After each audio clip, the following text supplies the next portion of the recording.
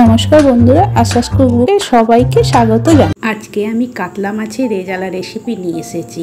এটা এতটা সুন্দর হয় যে এর স্বাদ ভোলা যায় না।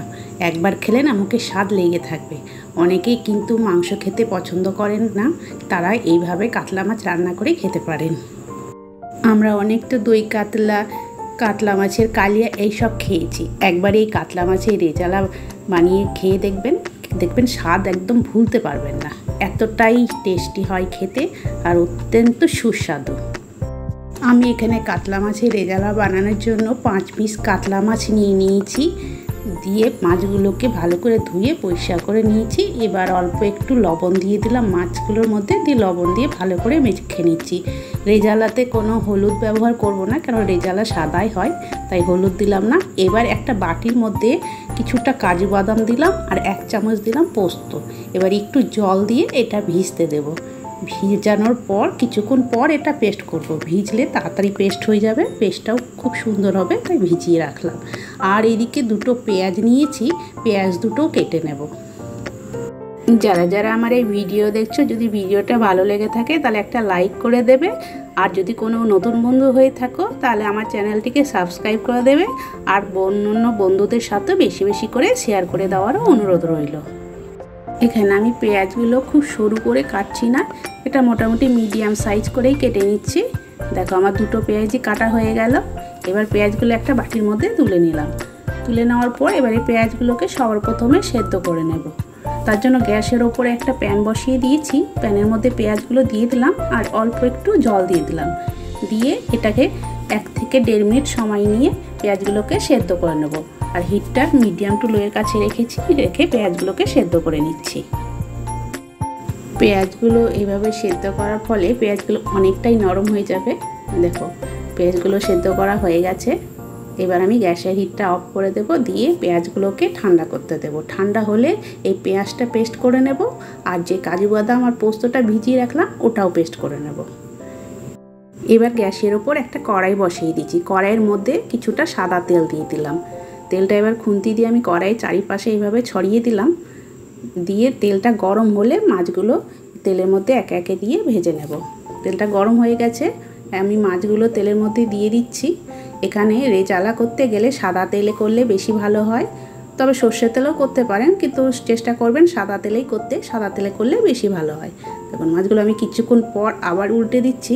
মাছগুলো খুব বেশি ভাজবো না, হালকা ভাজবো। 2 দিকেই উল্টে পাল্টে হালকা করে আমার ভাজা হয়ে গেছে।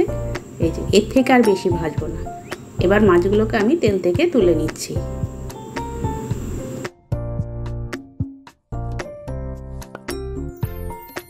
দেখুন ভাজাটা ঠিক ওই রকম হবে। এবার বাকি মাছ ছিল সেটাও আমি তেলের মধ্যে দিয়ে ওই একইভাবেই ভেজে নিচ্ছি। এখানে মাছগুলো বেশি লাল করে ভাজলে ভালো লাগবে না। রেজালা করতে গেলে মাছগুলো একটু হালকা করে ভাজতে হয়, আর মাছের কালিয়া করতে গেলে মাছগুলো একটু বেশি করেই ভাজতে হয়। তাই আমি এখানে হালকা করে ভেজে নিলাম। সব মাছগুলোই ভাজা হয়ে গেল।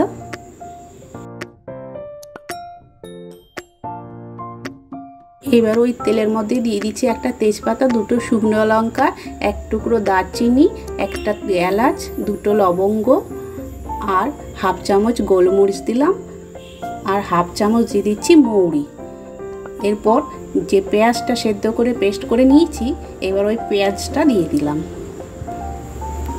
দেওয়ার পর কিছুক্ষণ নাড়াচাড়া করে পেঁয়াজটা তেলের মধ্যে কষাতে হবে।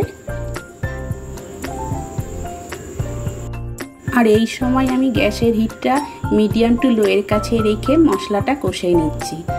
দেখুন এইভাবে নাড়াচাড়া করে কষাবো কিছুক্ষণ। দেখুন পেঁয়াজ থেকে কষাতে কষাতে তেল ছেড়ে দিয়েছে। এবার আমি ওর মধ্যে বাকি মশলাগুলো দিয়ে দিচ্ছি। 1 চামচ রসুন বাটা, 1 চামচ আদা বাটা, 1 চামচ জিরে গুঁড়ো, 1 চামচ দিলাম ধনে গুঁড়ো। দিয়ে সমস্ত মশলাগুলো আবার ভালো করে কষিয়ে নিচ্ছি। এইভাবে কষাতে হবে। এখানে কোনো হলুদ দিচ্ছি না, যেহেতু রেজালা সাদা হবে তাই কোনো হলুদ দিচ্ছে না। অনেকে আবার একটু সাদা সাদা পছন্দ করে না, তারা একটু হলুদ দিতে পারেন, তবে সাদাটাই বেশি ভালো লাগে। এবার যে কাজু বাদাম আর পোস্তটা পেস্ট করেছিলাম সেটাও দিয়ে দিলাম।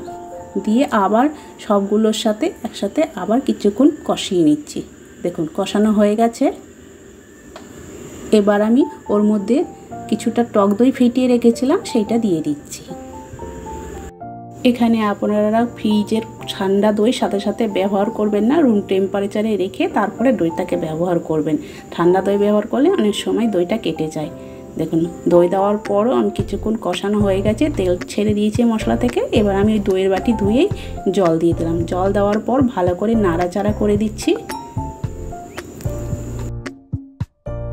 এবার ওর মধ্যে আমি ঝালের জন্য কয়েকটা কাঁচা লঙ্কা দিয়ে দিচ্ছি, আর দিয়ে দিচ্ছি স্বাদ মতো লবণ, আর দিয়ে দিচ্ছি 1 চামচ চিনি। দই দিয়েছি তাই চিনিটা দিয়ে দিলাম 1 চামচ, দিয়ে আবার ভালো করে সব কিছু নাড়াচাড়া করে নিচ্ছি। এবার এটা ফোটা পর্যন্ত অপেক্ষা করব। ফুটে গেলে তারপরে মাছগুলো ওর মধ্যে দিয়ে দেব। দেখুন ফুটতে শুরু করেছে। এবার আমি ভেজে রাখা মাছগুলো দিয়ে দিলাম, দিয়ে আস্তে আস্তে নাড়াচাড়া করে দিচ্ছি। আস্তে আস্তে নাড়তে হবে, যেহেতু মাছগুলো হালকা ভাজা ভেঙে যেতে পারে, তাই আস্তে আস্তে নাড়াচাড়া করে দিলাম। দিয়ে এইভাবেই 2 থেকে 3 মিনিট মাছগুলোকে আবার এই ঝোলের মধ্যে রান্না করে নিচ্ছি। এখানে আমি 3 মিনিট জাল করে নিয়েছি। জাল করার পরে মাছটাও সুন্দরভাবে রান্না হয়ে গেছে। এবার আমি ওর মধ্যে অল্প একটু গরম মশলার গুঁড়ো দিয়ে দিচ্ছি। গরম মশলাটা দেওয়ার পর আবার নাড়াচাড়া করে ভালো করে সমস্ত মাছের সাথে মিশিয়ে নিচ্ছি। মিশিয়ে নিলেই এখানে আমার পুরোপুরি রেজালা রান্না হয়ে গেল। দেখুন কতটা সুন্দর হয়েছে, গ্রেভিটাও বেশ সুন্দর হয়েছে। এটা গরম ভাতের সাথে খেতে খুব ভালো লাগে, আবার ফ্রাইড রাইসের সাথেও খেতে ভালো লাগে। এবার আমি গ্যাসটাকে অফ করে দিলাম। এবার সার্ভ করার জন্য একটা প্লেটের মধ্যে আমি তুলে নিচ্ছি। তাহলে বন্ধুরা আজকের আমার এই রেসিপি কেমন লাগলো কমেন্ট করে জানাবেন, আর ভালো লেগে থাকলে লাইক করে দেবেন। আর যারা যারা আমার চ্যানেলে নতুন এখনও সাবস্ক্রাইব করনি তারা আমার চ্যানেলটিকে সাবস্ক্রাইব করে দিয়ে পাশে থাকা বেল আইকনটিও প্রেস করে দেবে। তাহলে এরপরে যখন নিত্য নতুন কোনো ভিডিও নিয়ে আসবো সবার আগে তোমাদের কাছে পৌঁছে যাবে। তাহলে আজকের মতো এখানেই শেষ করছি, আবার একটা নতুন রেসিপি নিয়ে চলে আসবো। ধন্যবাদ।